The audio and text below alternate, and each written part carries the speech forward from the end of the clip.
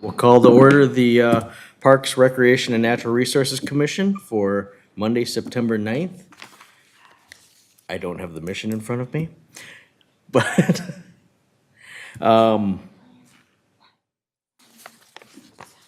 that's way down. Why don't we just go to roll call? Bacon. Approval of the agenda. Motion. Second. All in favor? Aye. Any opposed? All right. Approval of the minutes from May 13. Did everybody have a chance to look them over? I'll make a motion to approve the minutes as presented. I'll second. All in favor? Aye. Aye. All right. Open forum. Does anyone want to speak? Okay. And now we're going to skip item 6 for now and go to action items. Mississippi Dunes Park Master Plan Review. Thank you, Chair, members of the Commission. The Mississippi Dunes Park Master Plan, this is the second iteration of the original master plan that was done in 2021. And this is the one that the Commission did review. I think it was back in, it was either April or May, provided some feedback, and we did take it back to the consultants, and we've done some revising. So you'll see some of the edits that the Commission recommended. Those have been addressed. And we've added the building plan, which I think the Commission didn't get to see the kind of the full building concept design. Just remember that it is a concept design. That's not an actual full design, so that's just conceptual, but obviously done with a team of architects and engineers. So that's what we would expect the building to look like. And then just looking for one last review and approval of that master plan from the Parks Commission, and I'm happy to take any questions or provide any additional information that the Commission might need. I just have a question. Is anyone else having issues with their iPad? Yeah. Yes. I can't I can't move it. move it. It froze? Yeah. Wow. There it goes. It's slow. It's but just really slow. there. Yeah. I just let mine sit for a minute and that started going. I will say the pictures look fantastic. They're great. I did have a couple questions on the reflecting pool. Is that, so there's a splash pad feature that we're looking at and a reflecting pool? Is that the same? I mean, are kids gonna be able to play in the reflecting pool, or is that meant to be a design element?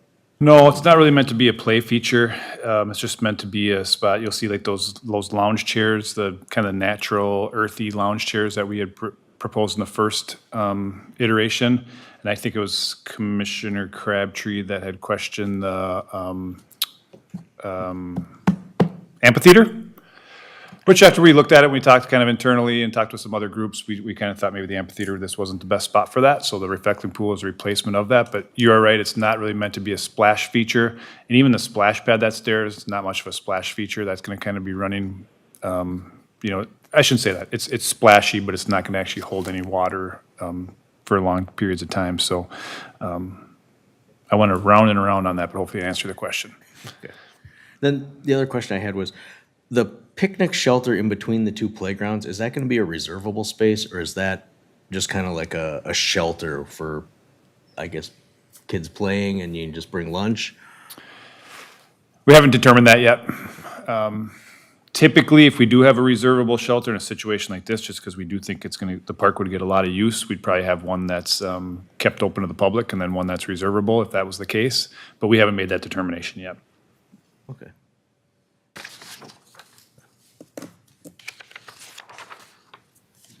Dave? So back to this reflecting pool. Am I to understand that the water flows through this? It's saying something about it just intertwines gracefully with the creek bed. So there's a creek bed that can take rainwater to flow through there. Obviously, if there's not rainwater, then we'd have another water source that it'd be on some sort of a float system. So it would just keep a few inches of water. So it's really meant to just reflect the sun. Right, and when it's originally filled up, I imagine it will reflect beautifully. I'm more concerned about what it's gonna be like 6 months after it was filled up.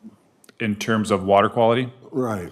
Yeah, there's ways to mitigate that, and because it's such a shallow area, I mean, there are, those pellets that you can put in there that keep the water clear. You can just turn the water over because it's not very much water. So there's multiple options to deal with that. But it's not gonna be, I mean, it's still gonna be standing water, so there's gonna be a chance for things to grow. Right. And then, so we've planned for dealing with those growing things in the standing water, I assume. Yeah, because it's not a high volume of water, I'm not too concerned about it. Okay. Just at a reflecting pool, if you happen to go there on some odd day and it's not been maintained for 3 weeks, might not reflect well, is all I'm saying. Sure. Thank you, Chair. Any other comments on the Mississippi Dunes?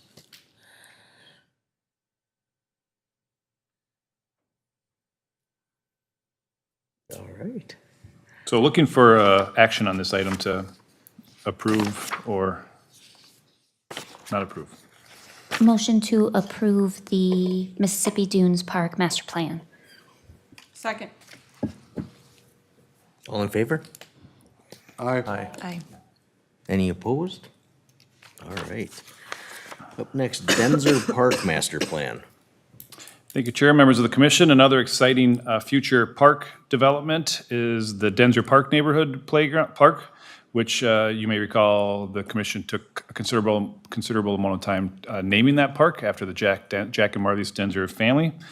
There's a site location on here. This is off of, I think it's 105th Street, the new 105th Street it's called there, which is kind of by the old behind the North Point development where that new section of industrial park is. But there's already some homes back there. If you haven't been over to the west side of the community in a while, there's some homes already being built over there in neighborhoods that are going to need to be served here fairly soon. There's also an apartment complex that is proposed to be built over there. So at some point soon, there's going to be people wanting recreational amenities over on that side of the highway. And right now, they can't get across 100th Street to access any parks. So it would be important to get something over on the west side of 100th Street for these for those new residents. So with that, the land is there. You can drive by it right now and you can kind of see how it's being rough graded. There's still a couple large piles of dirt, but if you drive by there, you can see how it's being graded out. You can kind of see where some of the utilities come in. Pretty simple neighborhood park, proposing some trails, a playground, a picnic shelter, actually an elevated picnic shelter. We're trying to elevate that about 6 to 8 feet so we can get some views of the river basin there, as well as Gray Cloud Dunes SNA. So even if you just get up 6 to 8 feet, you'd be amazed what you can see versus if you're flat on the ground. So it's kind of neat. It oversees that SNA and then ultimately the river as well. So tetherball court, and obviously benches, a small sport court with half court for basketball. So pretty simple park, but looking for some feedback on the design. Can there be a portable restroom in this park? So I don't know the answer to that question yet. So typically neighborhood parks, if they don't have athletic facilities or if they're not programmed, we don't put restrooms in there because they're typically intended to be, people go to the park for a half hour, come back home. However, anytime we find out that there's a need, we do tend to put portable restrooms in there. If we find out that the park's getting used heavily and people are staying for extended periods of time and we need one out there, then yes, we would put one out there.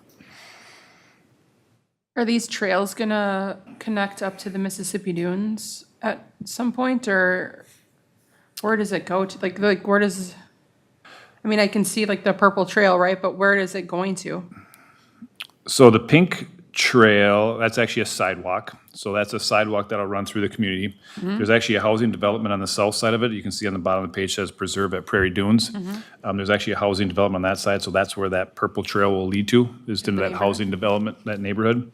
And then on the north side of the map is the industrial park.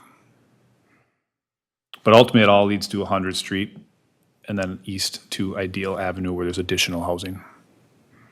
So then no way for it to connect to Mississippi Dunes, right? Is it just too far? Not in the current state, no. Okay. If that road over the hill that goes down to the river ever allows for a trail, then it would connect that way. But right now, there's no trail going down the hill under the railroad bridge. Is there additional parking here, or is it all from the neighborhood where we would expect people to come I was from? wondering- Actually, there's quite a bit of, what do you call it? Pop out, where the curb pops out and you can park along the park. So you can see on the drawing, there's just it's not very easy to see, but the road does pop out and allows for on-street parking out of the main road. And you can, I mean, it's a pretty good length. I'm sure you can fit 15, 20 cars there. Oh, sideways, yeah. Yeah, parallel, yeah. Is tetherball still a thing? Yes. Coming back. Is it? It is coming back? I have no idea. Napoleon Dynamite did wonders for that. I've never seen it at a place without a beach. Well, on our medallion hunt this year, went to Ideal Park, where the other tetherball court is, and it was like, oh, we actually have one of those. So yes, it's cool. Okay. Any other comments? 28 stalls, parking stalls is what Jim tells me, Oh, approximately. So it's quite a few. okay. I did not see those. You see them? No, but They're right up here. how come mine is all washed out? So they're right there. Oh, okay. I see them now. I thought that was all 100. Can you see the little lines? Yeah. All right. Can I get a motion to move this Motion forward? to approve the Denzer Park Master Plan. Second. All in favor? Aye. Aye. Any opposed? All right, that passes. Next, the fun one, Pine Tree Pond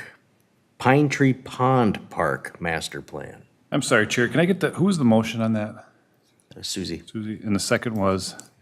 Me. Sam, thank you. Pine Tree Pond Park Master Plan. So with the development of the municipal water facility at Pine Tree Park, that facility has taken some land there. And because there's some loss of the park land, there's an opportunity to reinvest into that park with the use of that land. So essentially those funds that are the land that's being used for the water treatment plant has produced funds that can be used only at that park to help develop the park and the recreational amenities there.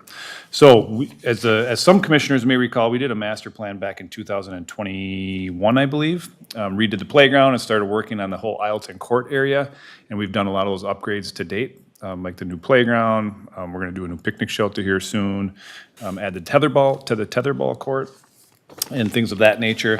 But now with this treatment facility, there's an opportunity to do more. So Stantec just completed the first draft of the Pine Tree Pond Park Master Plan. So I'm submitting that to the council for review. It was in your packet. I'm hoping you had time to review it. And again, this is a concept plan at this point. So looking for feedback on those plans. What's included in the plan right now is upgrades of the archery range, adding a boardwalk to cut across the south end of the pond there.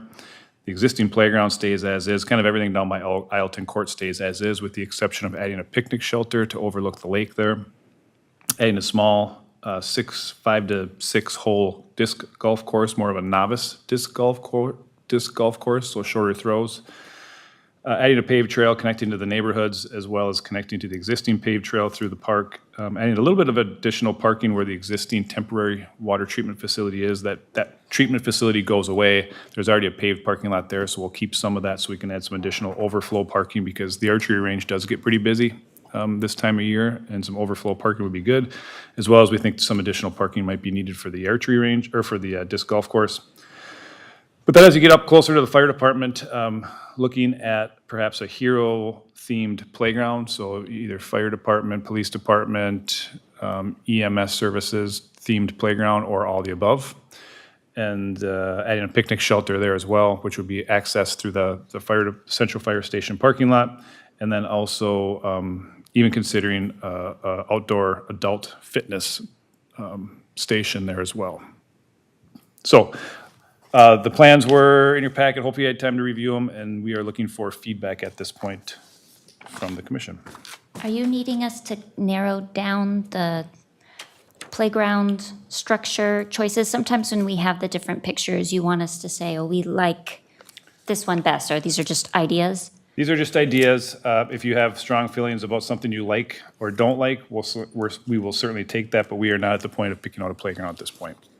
When we surveyed the neighborhood previously, I remember that people had the opportunity to give suggestions for what they wanted to see in that park. And I don't recall the details of it super well, but I thought they wanted some things geared more towards teens, which kind of got me more excited about the outdoor fitness kind of stuff.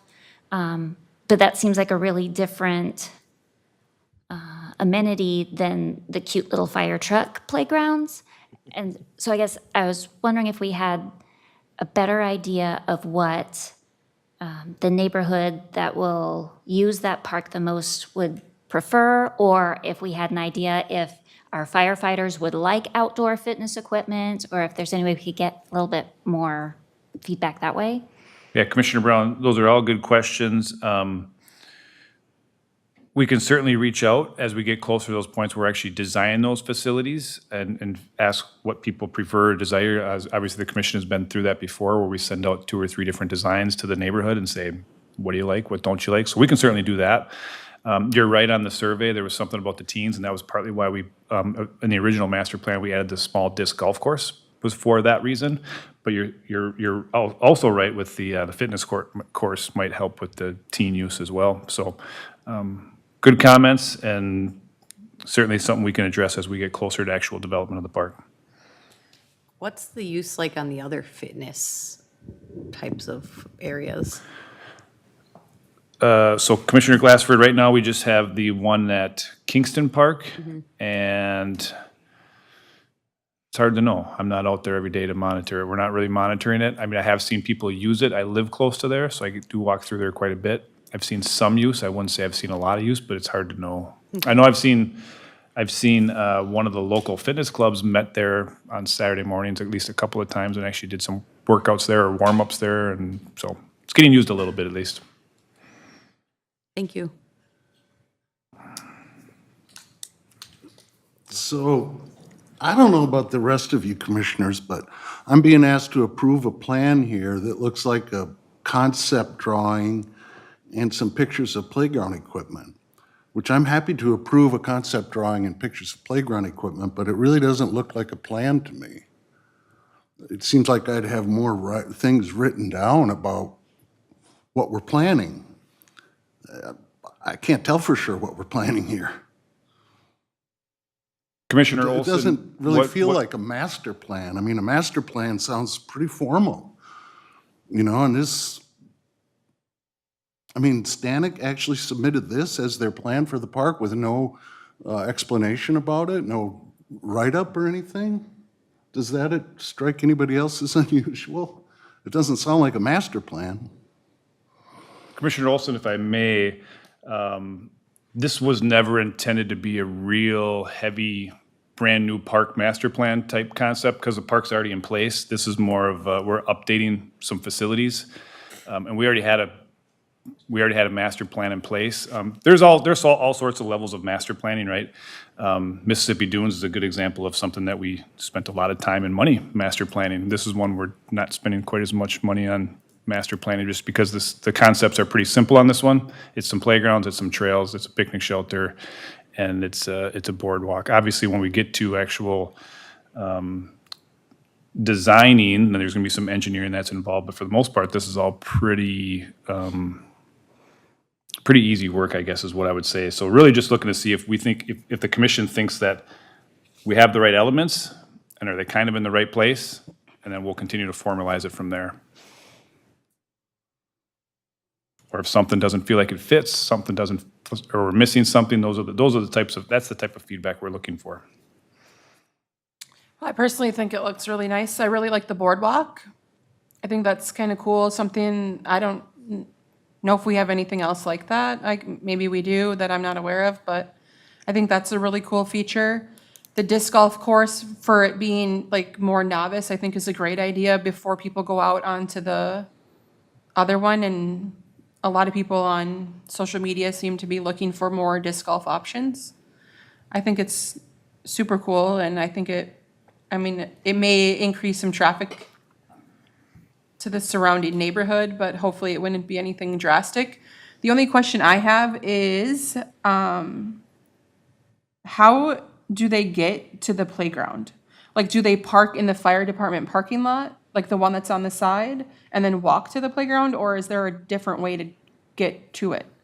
Like, I see the parking lot, but I wasn't sure if that was like gonna be like the public, you know what I mean? Like, is that where we're just gonna go and drive and park and then walk to the playground, or what's the plan for, like, that's the only thing I'm just confused on. Right. Commissioner Crabtree, I think the anticipation right now is that they would use that parking lot at the central fire station.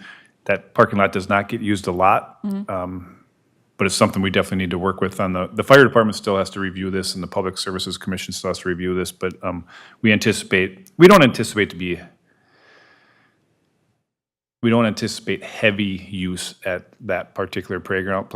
We expect continuous use, but not heavy use, because Right. it's just gonna be a playground and a picnic shelter. But to handle 5, 6, 7 stalls, I don't think the parking lot will have a problem doing that. But you can also access it through the trails and those other parking lots as well. Yeah, I think it's great. I agree. I like the proximity to the fire department. I think it's kind of nice, like brings in that community feeling too of just being one with the community. But I also like the disc golf course because there are often times that there's tournaments or things at the other ones, and just nice to be able to pop over there and throw some discs around. I mean, that would be probably something I would more send my kid to, like, instead of like the big one. But I think it's great. Let alone, little kids. My kid will love to go to the playground and then Yeah. hope a fire truck comes out, so. Right. And Commissioners, that's a good point, and that's one of the things we're trying to achieve with that disc golf is, to be honest, Oakwood Park can be an intimidating disc golf course. For a person that doesn't play very much, it's a tough course, and especially if you're just trying to learn, that's a tough place to learn. So we're hoping this gives that other option. Is it gonna be like a smaller one, kind of like the one over in, what is it, Oak Park Heights or Stillwater? That little 9-hole? I'm not familiar with that one, but if it's open and easy, that's what this one is. Somewhat. It's just shorter and. Yeah, a smaller- and shorter, yeah. What did we lose with the water treatment plant? Because before there was parkland over there, right? Did we lose any amenities or just land? Just land, no amenities. Okay. Yeah, it's kind of tucked in just to the west of the archery range, and behind the fire station, but it's a pretty sizable chunk of land there, but right now it's just prairie and maybe a handful of trees. Okay. I like it. I mean, I like all the playgrounds. If I were to pick one, it would be that little fire hydrant with the web, but I know Susie wants to wait. But no, as far as a preliminary plan, I think it looks really nice. So a few times over the years, we've talked about the connection between Pine Tree Pond and Pine Tree Valley, of people who want to continue that walk across 80th Street to see the other cool pond and kind of peaceful walking area over there. So this kind of makes me wonder, if more people are going and enjoying this, are we going to have more of an issue with wanting to look at that safe crossing across 80th there? Because it's, I guess maybe that light for the fire truck, if that, I don't know if we have the ability now to use that as like a crosswalk, but it does the blinky lights like we have in a couple other spots in town, but just, that might be something we want to watch if visits pick up. Agreed. Sure, Commissioners. I'm not a traffic engineer. It's something we've talked about many times. Can you go over, can you go under, can you go across? And it's my understanding that, the blinky lights are not a safe option in this situation, just because the pedestrians trusting the cars to stop, the cars are coming over the hill, and both are having to trust each other to make a safe crossing there, and the traffic engineers just aren't comfortable doing that at this point, putting a crosswalk there. They think it's safer, well, it is clearly safer to go down to the intersection and cross over, but that is a long walk. So, but I can promise you it's something we talk about at least annually and talk about a lot. And I'll bring it up again. Would it be something we would divert funds from a playground to be able to do an overpass or a tunnel? I know we talked about that probably 4 years ago. I don't, Commissioner Larson, I don't think the playground funds would cover it, but, yeah. He would do that. But it's something we need to keep talking about. I mean, clearly people are crossing anyways, right? So I mean, it's just something we need to keep in the conversation. So anytime there's an opportunity that we can take action on it. So, yeah. Any other comments? I'll move to approve the Pine Tree Pond Park Master Plan concept. Second. All in favor? Aye. Aye. All right. Up next, the 2025 to 2029 Capital Improvement Plan. Thank you, Chair, members of the commission. Every year, we ask the Parks Commission to review the 5-year capital improvements plan. Just a reminder, these are projects that are greater than capital investments that are greater than $15,000. So not all of the budget is in here, just the capital investments over $15,000. And things that have a life expectancy of typically 5 years or longer. I also tried to include a little bit of a description of where some of these funds come from. We have the Park Improvement Fund, the Park Trust Fund, and the Public Landscapes Initiative, and you'll see they're kind of color-coded in the CIP there for you. This isn't the official CIP document. This is my summary of it for the park projects and where the funding comes from. But this document is extremely important. This is what guides us for the next 5 years. And it's also important to know that we don't throw things in the capital improvements plan unless we have a funding plan. So if they're in there, that means we have set aside funds for this, and it's not just wishful thinking. So hopefully you had time to review that, and I'm happy to answer any questions or concerns or suggested directions based on the 2025-2029 capital improvements plan. And this would be going to council in October for approval. For the items that are listed with the funding source of the local option sales tax, if that is not something that we're able to do, does that mean we don't get to develop those areas, or do we have a plan B? Commissioner Brown, that's a good question. Yes, so if the local option sales tax does not pass, then the council would most likely spend 2025 reviewing preparing the 2026 capital improvements plan, preparing for the fact that there's probably still some items in those projects that they want to be completed because we still have the parks and we still have the land, right? And the city council will want to develop some portion of that, so they would just spend time prioritizing that in the next capital improvement session.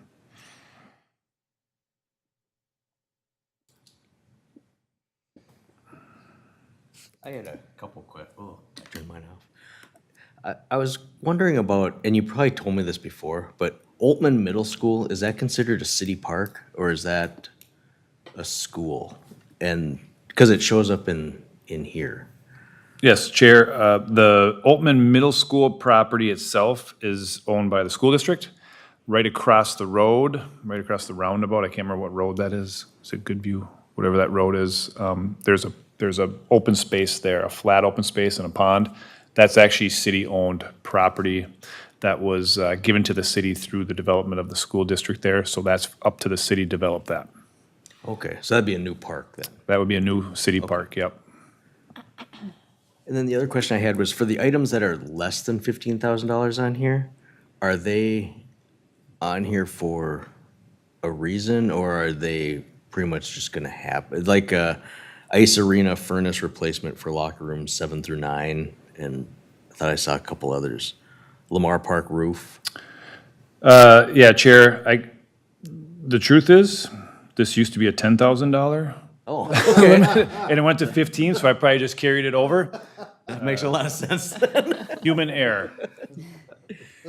Yeah, so it used to be 10, the limit used to be 10, so I just kind of keep carrying over 10, so my apologies for that. But you get to see more, not less. Any other questions for? All right, we'll entertain a motion to, are we approving a recommendation? Approving the proposed 5-year CIP. As it is right now, right? Like Correct. without the vote on the local sales? Correct.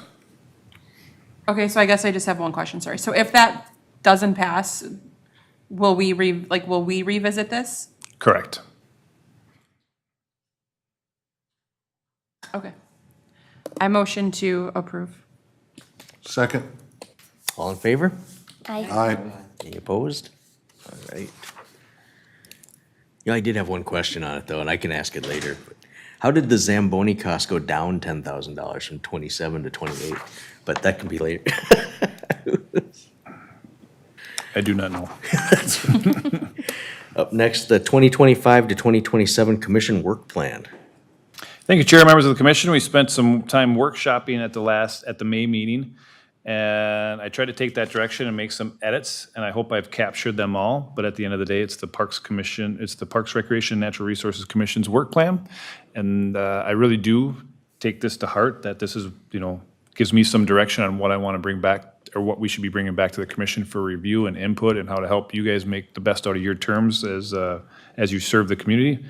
So, I'll just leave it at that. It's the work plan that I believe you were looking for, and it's malleable. So if you want to change it, let's change it.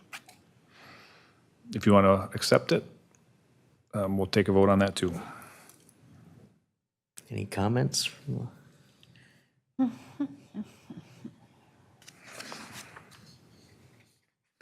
No one? That looks good. I had one question. Does the order matter? I mean, are we ranking these 1 to 5? No. Okay, then I have no concerns. Then we'll Now, entertain a if, motion. if, for optics, if you want to change them, it's certainly, that's not, I mean, it's copy and paste.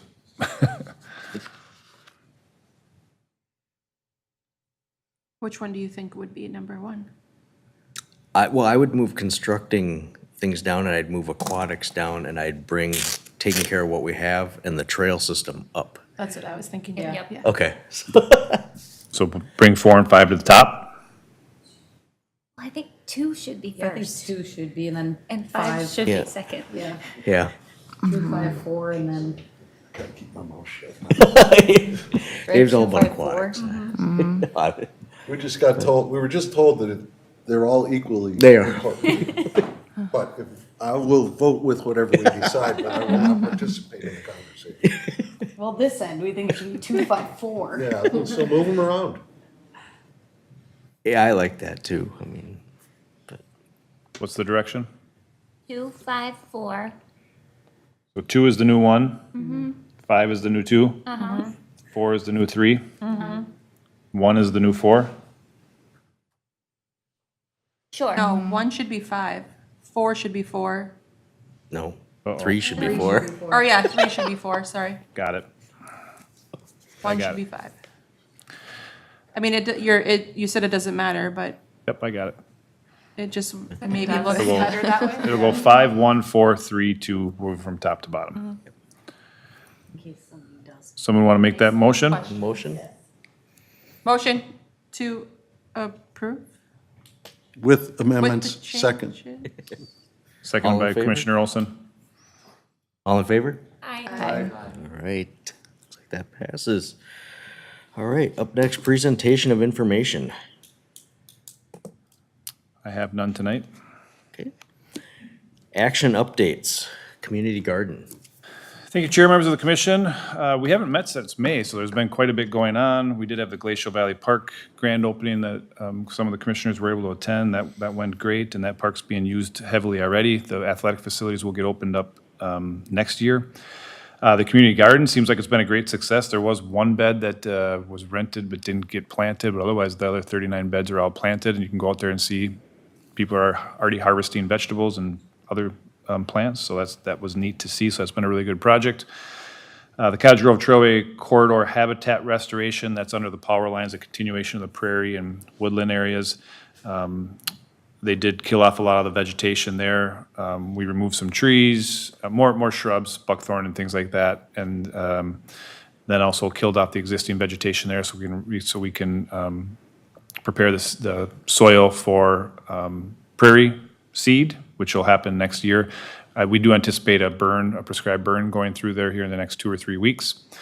And then we'll do some tree editing again this winter, because that's the best time to take the trees down. We'll try to remove a lot of the trees so we can kind of expand the prairie area, because there is some invasive black locust and some other trees out there that we want to try to minimize their future regrowth.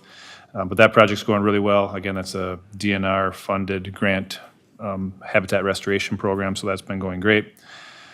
We talked a little bit about the Oltman Park project. We do have a $350,000 grant from the Minnesota DNR for that.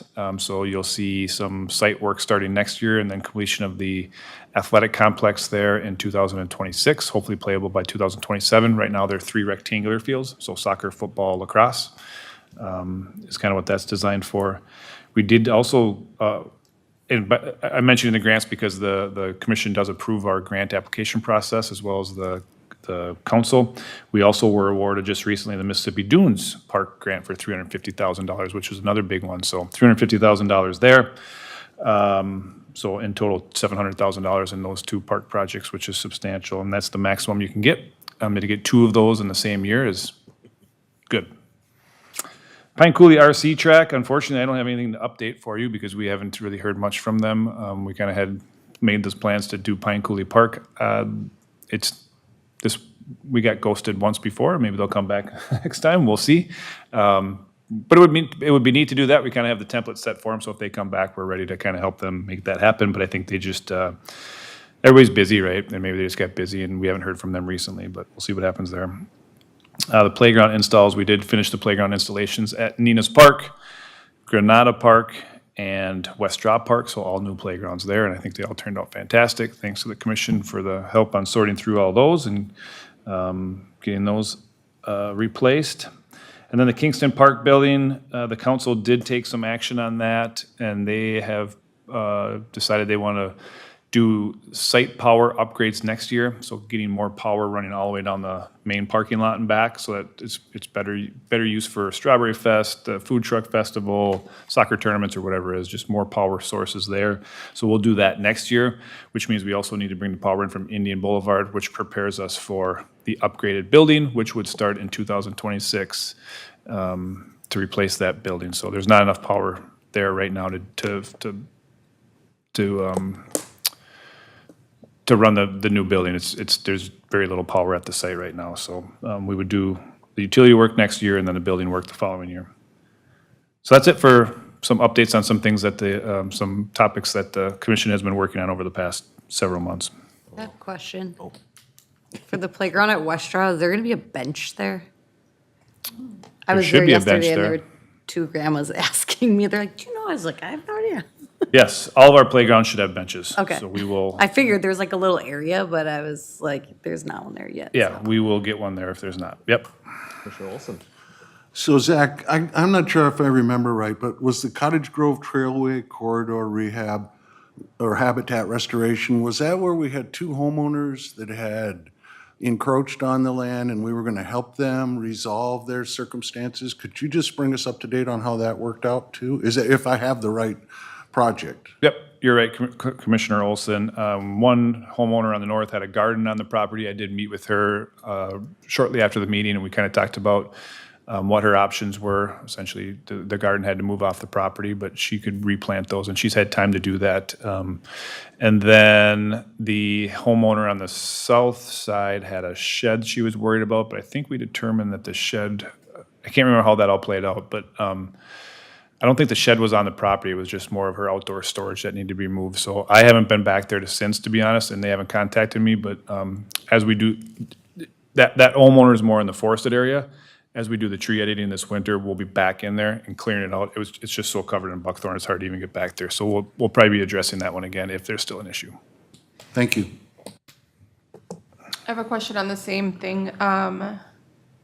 So how often, or like when was the last time communication was sent out to the residents along that area about the work that's being done? Because every so often you'll see on social media, people like the city is chopping down every tree back there, and, you know, like they blow it not out of proportion, but sometimes like it, you know, it kind of maybe does.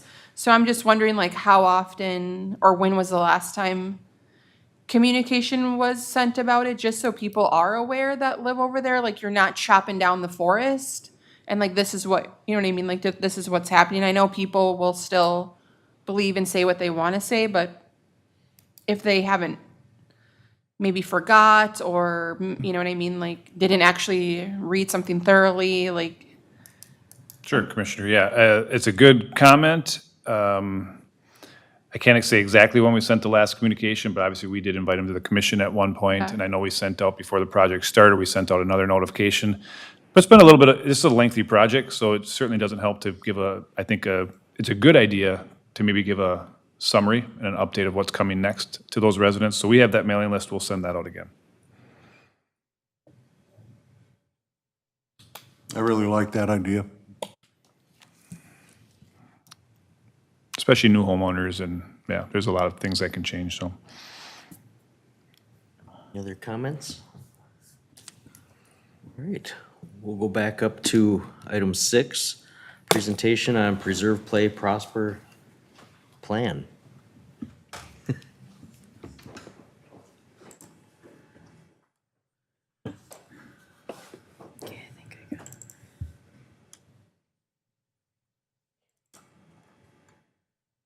So no, like, since I changed it this way, it's not freezing. Yeah, I had to switch mine to the, Oh, that's because I was like, yeah. yeah. Come on, buddy. But I'm glad I wasn't the only one. Trying to take your job, Adam. IT specialist. Sorry. Go for it.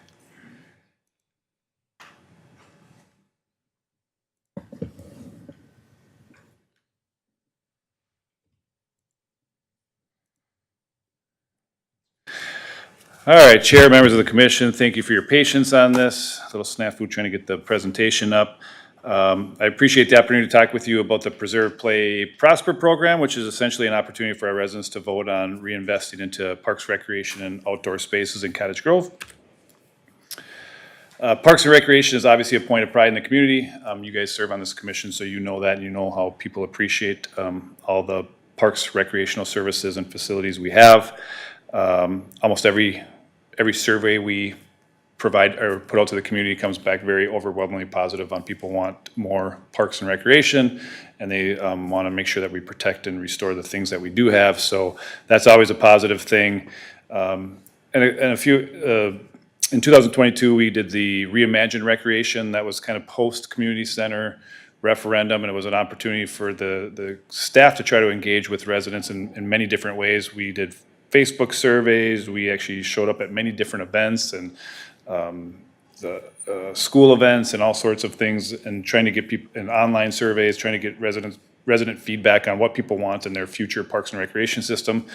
Essentially, we took all that information along with some other historical studies. We kind of pulled them all together and said, all right, here's the laundry list of things that we hear that the community wants.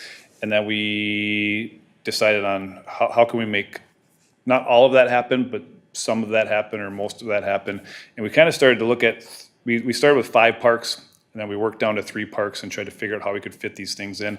And then obviously everything has a budget, right? So you can't do everything, right? So things like, we keep hearing about water parks. A water park is probably gonna be, all these projects combined would be a water park. So if you either get a water park or you get all these other things. So those are the conversations there was a lot of hard conversations about what stays and what goes. Talked with council, talked with the commissions and other things. So a lot of work went behind it. I want the commission and other folks to know it wasn't a knee-jerk reaction. This is kind of years in the making of how this plan came together. So based on the feedback, the city's proposing to invest $36 million to renovate and revitalize our parks, recreational offerings, and outdoor spaces. And those 3 projects include the upgrading and enhancement of Hamlet Park, creating the new 33.3 acre nature-based park along the river at Mississippi Dunes, and then transforming River Oaks Golf Course and Event Center into a year-round recreation destination for all ages. Hamlet Park, our oldest and largest park in the community, is projected to receive, if the voters vote for it, it would receive $17 million in funding to upgrade new playground equipment, build a new 4-season recreational building, install a splash pad, create a skateboard park, build an amphitheater, create an art walk sculpture garden with benches and informational kiosk, replacing the existing football natural turf field with a synthetic turf sports field with lighting to make sure that can be used in more ways and in a lengthier season, and then finishing the South Baseball Park complex by constructing the last 2 baseball fields, and then completing the 3rd parking lot down there along with the entry road and lots of trails and landscaping as well. The second project will be the first of its kind, Mississippi Dunes Park. Obviously, the community has been looking to get access to the Mississippi River for many, many years. And this is our first and best opportunity to get a large public municipal park on the river. We do have 33.3 acres of land down there, acquired through grant funding. So this plan proposes to invest $13 million to restore and preserve natural habitat, which is actually a majority of the site is preserving and restoring natural habitat. Building up the shoreline along the river, provide recreational river access for canoes, kayaks, small boats, and fishing.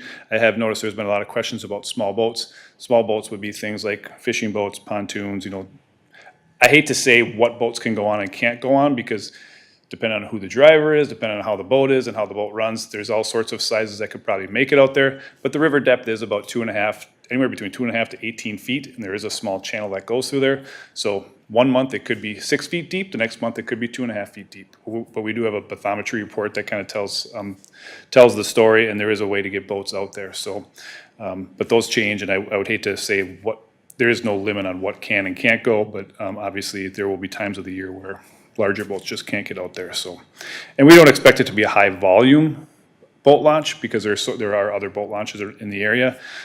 So we're proposing 15 parking stalls down there for that.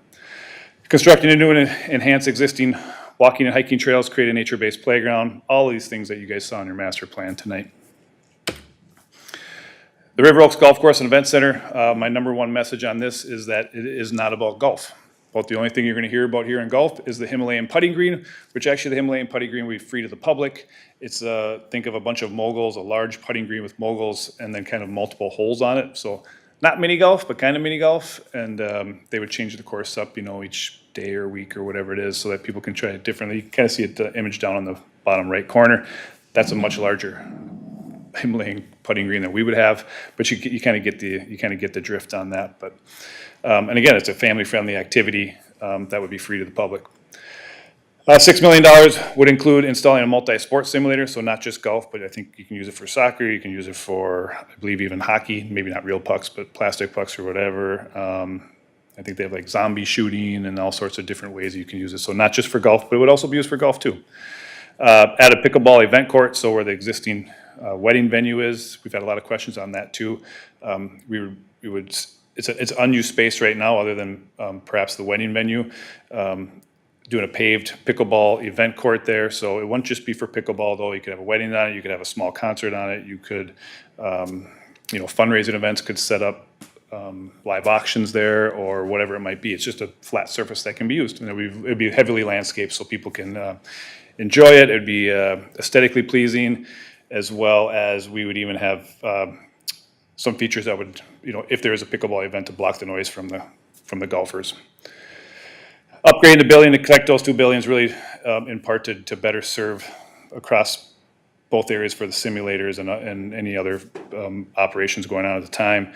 And then the outdoor, we're trying to get people down to River Oaks more in the winter and the off golf season. So the Fat Tire Bike Course, which can also be used for cross-country running or whatever it might be, but that's a 5 mile or 3.2 mile course through the 220 plus acres of golf course property there.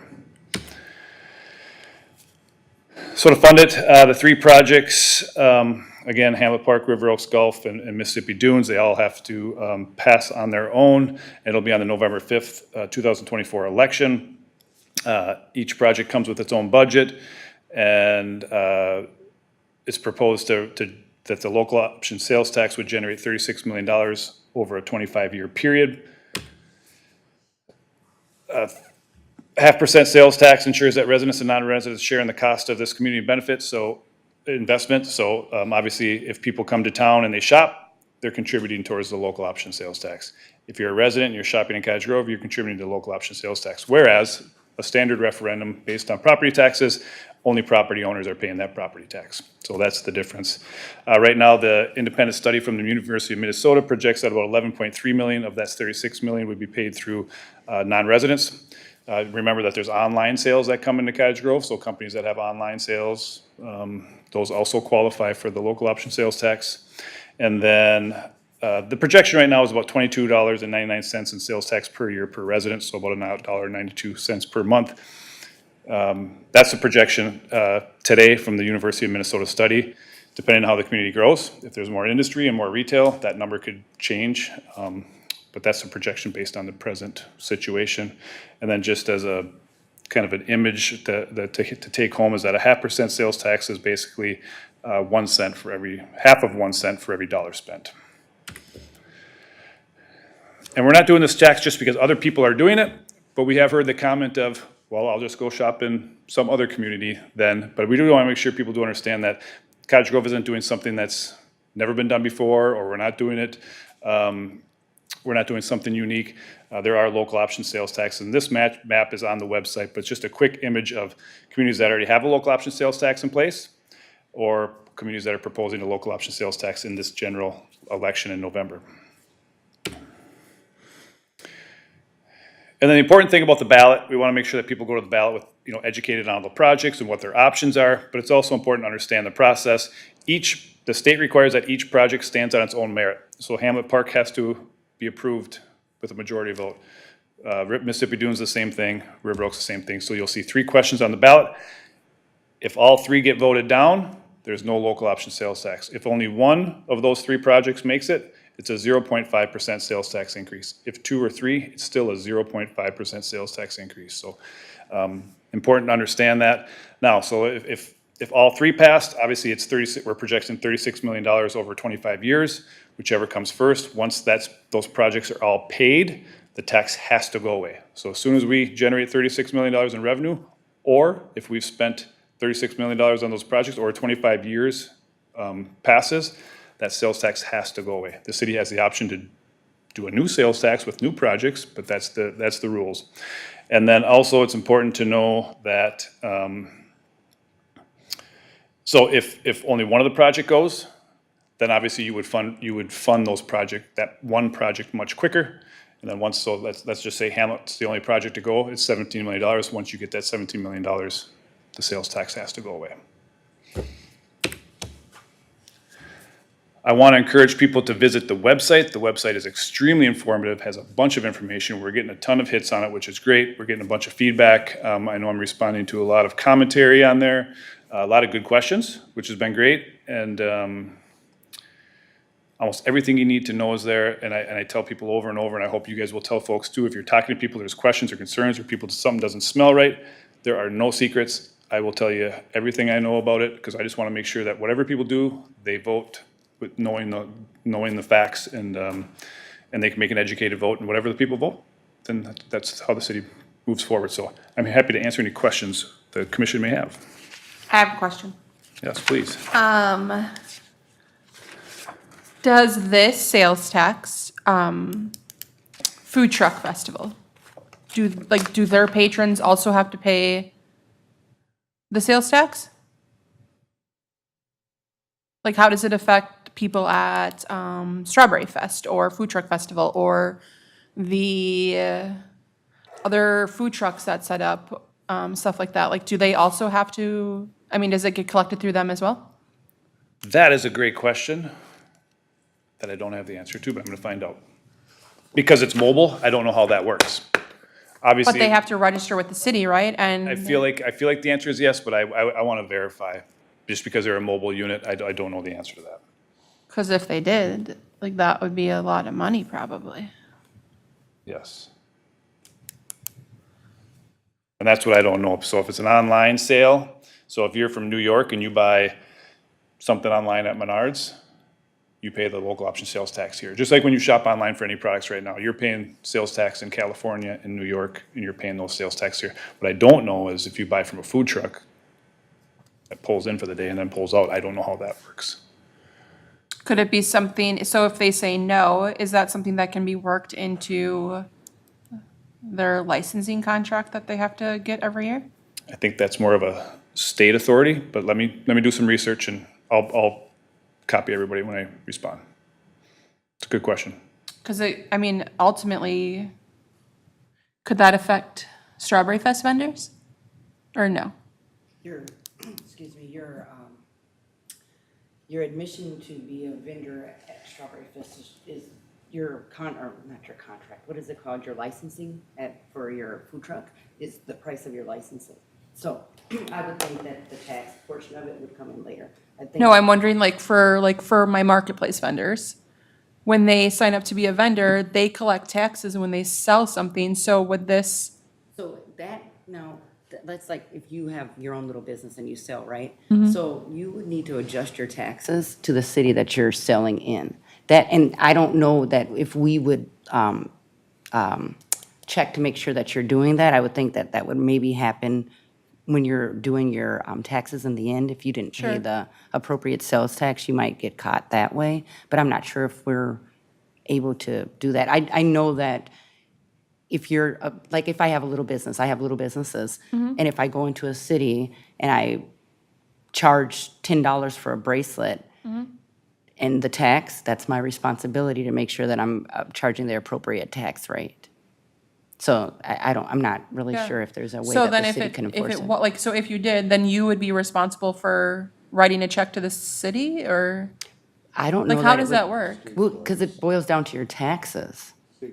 Yeah, everything goes to the state. Got So it. that it boils down to your taxes. It's the same way if you don't pay enough taxes on whatever Right. it is that you've done, then they tell you, oh, you owe us $3,000 more because you didn't pay enough taxes. So if, and I'm not sure how a food truck, how they Yeah.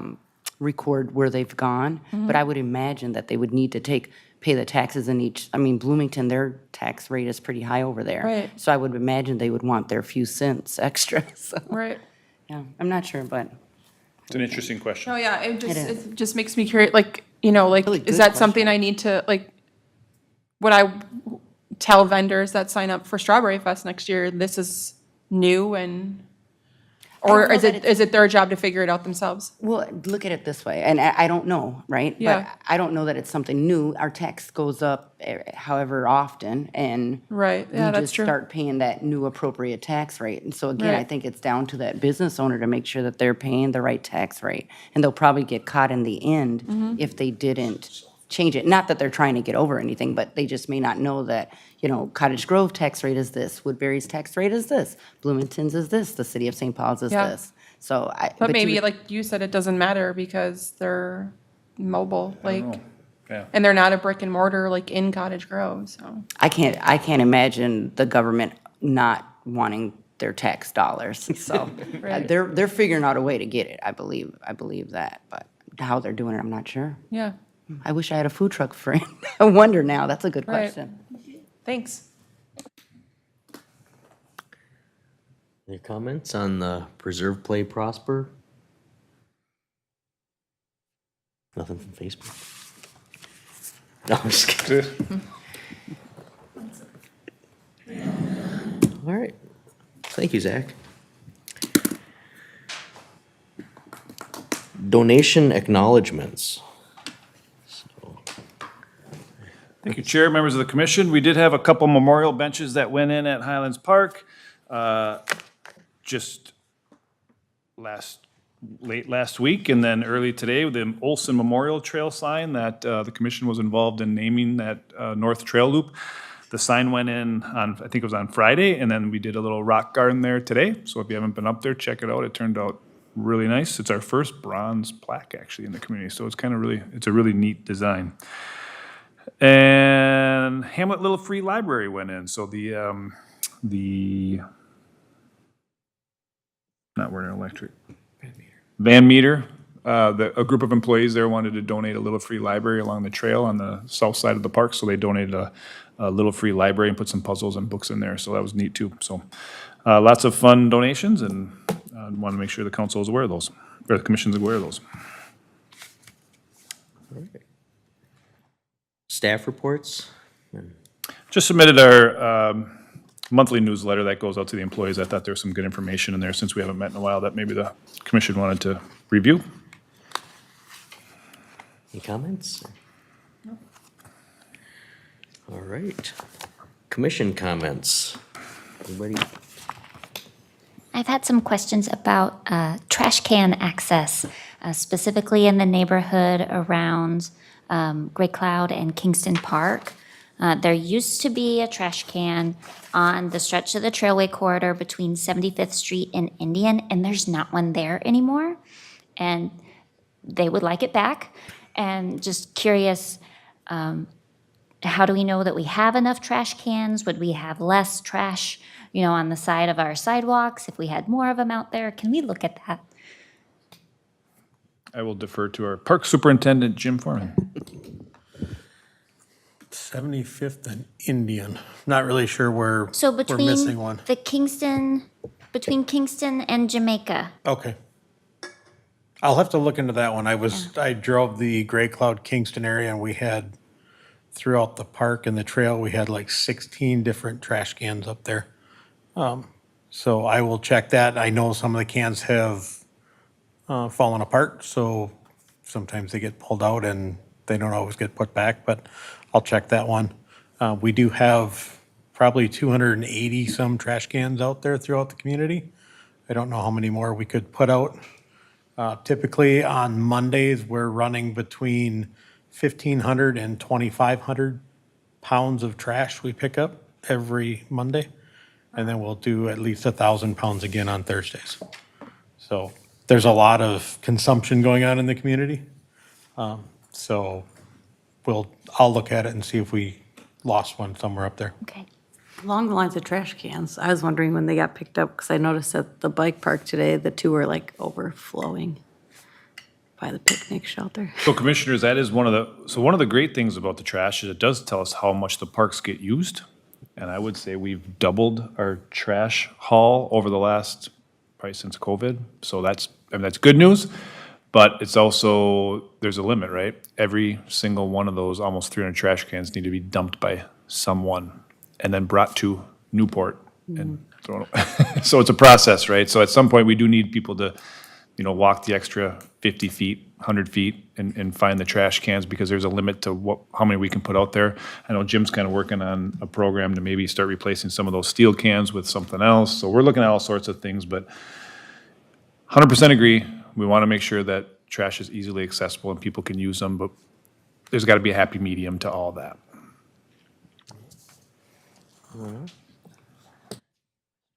Commissioner Olson. So I was wondering if we could have an update on our discretionary fund? Yes, Commissioner Olson. So the commission has the authority from the Parks Improvement Fund to match up to $2,500 per project proposal. We haven't received any this year that I'm aware of. I know we haven't funded any this year so far, so there's still up to $10,000 that the commission has the right to match if any groups or people were to come through with an idea. Obviously, they need to provide match funding as well. So I thought we helped out at the bike park. So we do have money budgeted in the CIP for that, but they have put that project on hold for now. We did vote to match the RC track one. I think that was last year. Was that But last year? I'm pretty sure they use this, whatever year they asked for, and it'll be out of that year's budget. And that was also postponed, so. Yeah. Yeah, because I think we approved it last summer at that outdoor meeting. Oh, yeah, time No, the other flies. one, I thought they needed some help at the community garden. I think we said we would potentially approve something that they've never. But they never, okay, thank you. Yeah, they fully funded that through grant funding. Yeah, from Washington County. Yep. Didn't Washington, yeah. Yeah, the Minnesota Department of Health. Yeah. Yep. Do we have any damage to parks during the storms? Any significant damage? Good question. I'll talk a little bit and then maybe Jim can talk, but just some quick updates on that. I was going to mention that and I forgot about it, but some quick numbers for you. By the end of the week, we're estimating about 900 hours of overtime worked for this storm event, not to mention the 1,300 regular time hours that the Cottage Grove staff has put in during this cleanup. We've received 120 hours of overtime and 500 hours of regular time from external staff. So that's the city of Burnsville has helped us, the city of Egan, West St. Paul. Who am I missing? There's one other one. Burnsville. Washington County. And then Washington County helped us. So 120 hours of overtime plus 500 regular hours from those groups, not to mention that they're bringing their trucks and their grapplers and their bobcats over to help us clean up the storm. And that's all through a mutual aid pact. So obviously, if something came up in those communities, we would go help them as well. So obviously, we're benefiting greatly from that because it has been a slow, arduous process getting through all the neighborhoods to get that done. So, a lot of work to be done. You can still see a lot of stumps out there. You know, we're projecting $100,000 to $150,000 and, you know, grinding stumps and planting new trees and still cleaning debris after we get all the initial cleanup done. So there's a lot of work to be done, and because the mayor did declare a state of emergency, hopefully there'll be some funding sources for emergency action for that as well. But that's something we handle down the line. Right now, the priority is getting everything cleaned up. In terms of parks, I'll turn it over to the superintendent. So yes, we did, all of our damage was just the trees. When I say just the trees, there's a lot of them, but I think we lost 7 trees down at Hamlet between the storm that came in on that Tuesday and then the one that came in Thursday night. We lost the 2 biggest shade trees that are around the skate park. So we currently have no shade for the skate park any longer. And then at Oakwood, we are going through where the apartments back up to them and the, what is that, Hinton? No, the next part up. Kind of the flats. They have those flats that are there, and it's a fourplex and that. We'll be in there tomorrow pulling some stuff out of lots after they cut them off their houses and that. So mainly tree stuff in the parks. A few fences were damaged when trees fell on them, but nothing substantial where we'll have to replace. We can just kind of bend stuff back and make it work. Thank you. Anyone else? Anybody see the rock snake at Arbor Meadows? Wasn't that cool? Not so. So cool. Somebody put a Meet Gary the Rock Snake sign, and they have a bunch of painted rocks, and people keep adding to it. It just gets longer and longer, right Super to. cute. All right, thank you. Council comments. Councilwoman Garza? I have none. I did text a food truck friend, so I was hoping that she'd get back to me before we end it tonight, but she hasn't. So if I hear anything, I'll text Zach and let him know as well. And she actually has worked in our city, her food truck in our city, so she would know. Perfect. And I did include the last few council agendas items on there, so if there was anything that you had questions on, I'm sure Councilperson Garza can certainly help out with those. Okay. I'll entertain a motion to adjourn. Motion. Second. All in favor? Hi. All right, we're adjourned.